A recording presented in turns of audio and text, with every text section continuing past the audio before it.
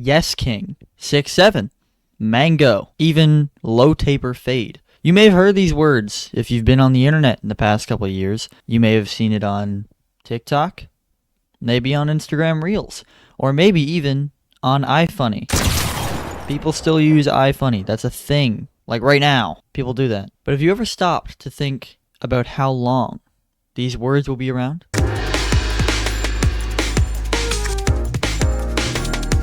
Hey, little editor's note. My audio is peaking through this entire video, so try to ignore that, or you can analyze it and rip on me for it in the comments. I'm good with either. Memes on the internet tend to rotate in and out, if you haven't noticed. They're popular for a few months and then they die off, and some get revived. Some stay massive forever, but truly, none survive. You know, what was funny 10 years ago isn't exactly super funny now. General meme formats and ways things are said, phrases even, age out, kind of like slang. And it got me thinking the other day, how will we be remembered? Thinking about it from a historical standpoint, you go back 2,000 years to ancient Rome, right?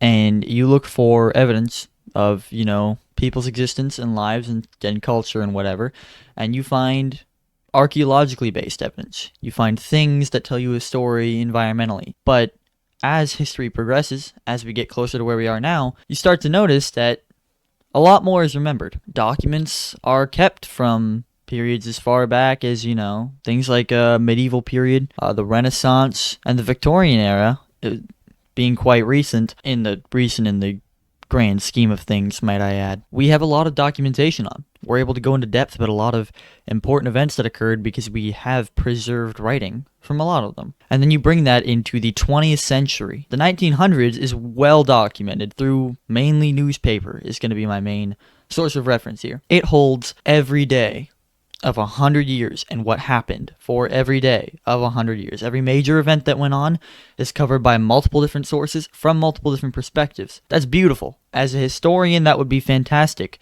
to have so much evidence to comb through. But is it going to be too much? We have every single niche joke of the past 25 years logged in internet archives. It is information stored on secure, large corporate servers, and you gotta wonder how long it's gonna be there. Now, there's room for it to, you know, blow up, Library of Alexandria type deal, but there's also room for it to not.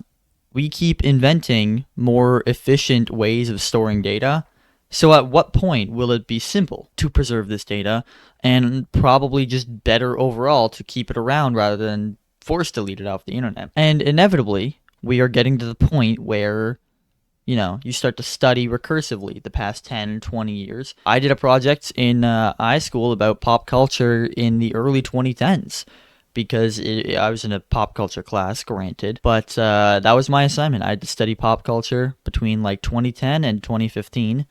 I lived through it. I don't know why it needed to be studied that way, but nonetheless, it was an interesting experience. But even the early 2010s, not everybody was on platforms like TikTok and Instagram, you know? Not everybody was consolidated under the same platforms with the same information and same large groups kind of circling around. I just realized my wallpaper engine was up in the background, like a Steam page instead of my actual wallpaper.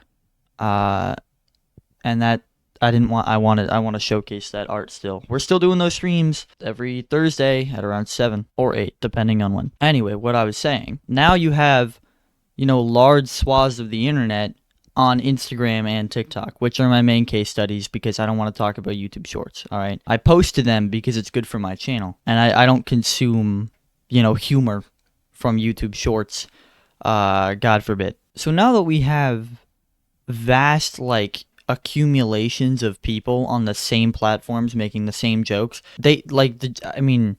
jokes and viral things on the internet have already spread like wildfire for the past like 20 years. Like, that just happens. But we have so much recollection of it, like, digitally. One of the big examples I see is I keep seeing like meme pages post.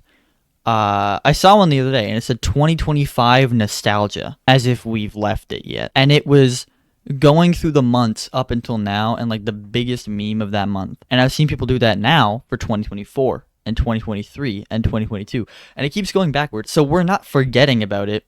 We're not forgetting about it. It is moving on, but it's not leaving the mind entirely. And on that, it posed that question: how will we be remembered in 60 years when somebody's going back in time to study the turbulent year that was 2025, and they're presenting to their class, and they see the assassination of Charlie Kirk? Are they going to have to showcase Charlie Kirk's face superimposed onto NBA Youngboy?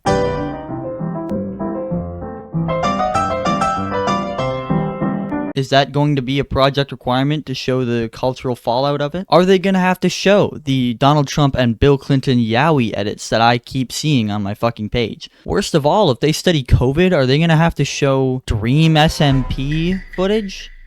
And, you know, cringy Discord server archives? Because technically that is relevant. It's showing the adjustment to the lockdown period by many of the youth across most of the world. They adjusted to gaming and staying inside safe. Kind of like how we talk about the Black Death, even though this is not the Black Death. My point is, when you're writing a historical essay, you're looking through the historical lens entirely. You're looking at the entire situation, all facets included, and everything that came from it and brought us to it. So you're analyzing everything, and that largely includes culture. I wrote an essay a couple years ago about Chinese culture in the Han Dynasty, and I love you, China. I'm a big fan after writing that one. I love Chinese culture. It's so cool. I say that like Chinese culture is one thing. They have like a million different cultures over there. It's very cool. The Han Dynasty is one of my personal favorite periods of Chinese history. I digress. And when I was writing that essay,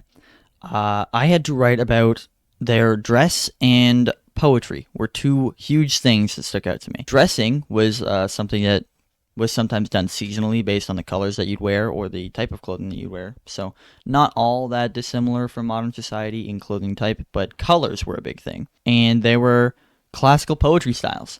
And I found examples of poetry that were just straight erotic. So when talking about 9/11 in 20 or 30 years, which we already analyzed 9/11, analyzing the fallout of that would bring you to My Chemical Romance and Twilight. And Twilight would probably bring you down the rabbit hole to 50 Shades of Grey and AO3 fanfic. Are we doing that? The sheer volume of information that we have access to and are currently creating, every time you like a post, every time you repost something targeted at your ex, every time you save a video on Instagram or TikTok or whatever it may be, you are literally actively contributing to archived data. Like before, if you did something small with the butterfly effect, like, I don't know, kick the kid on the street and he grew up to shoot you. That's not gonna impact globally.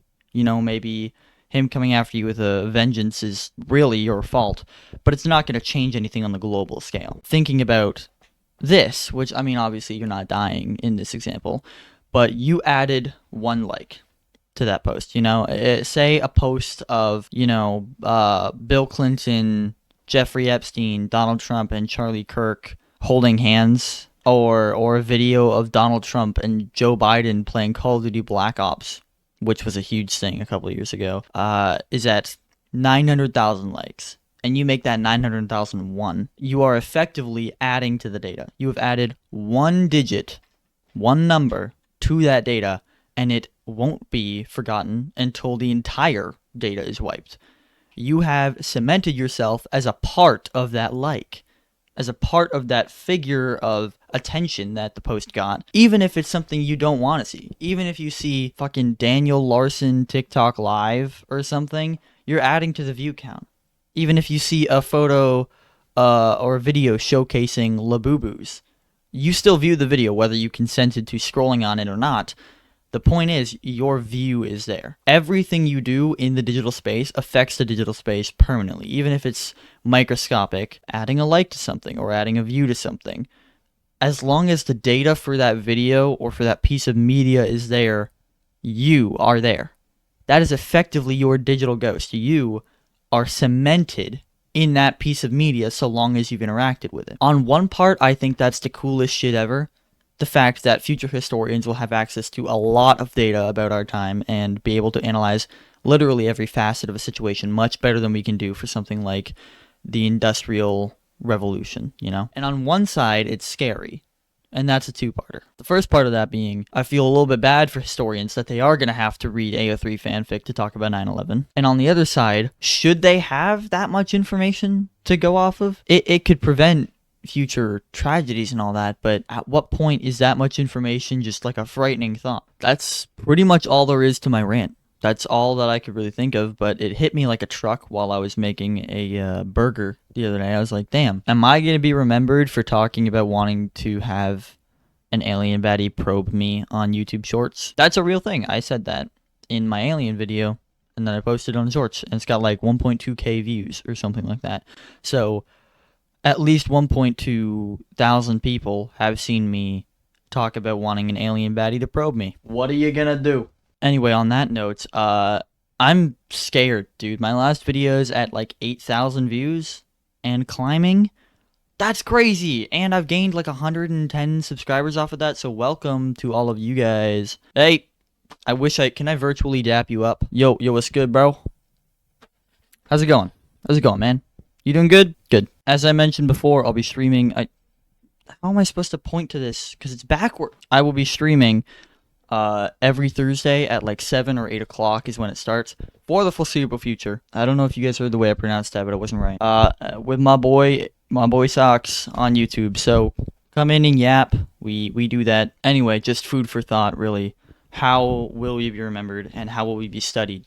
So, you know, thank you for all the new people joining the channel. I think that's pretty cool. I really still don't know how to end a video.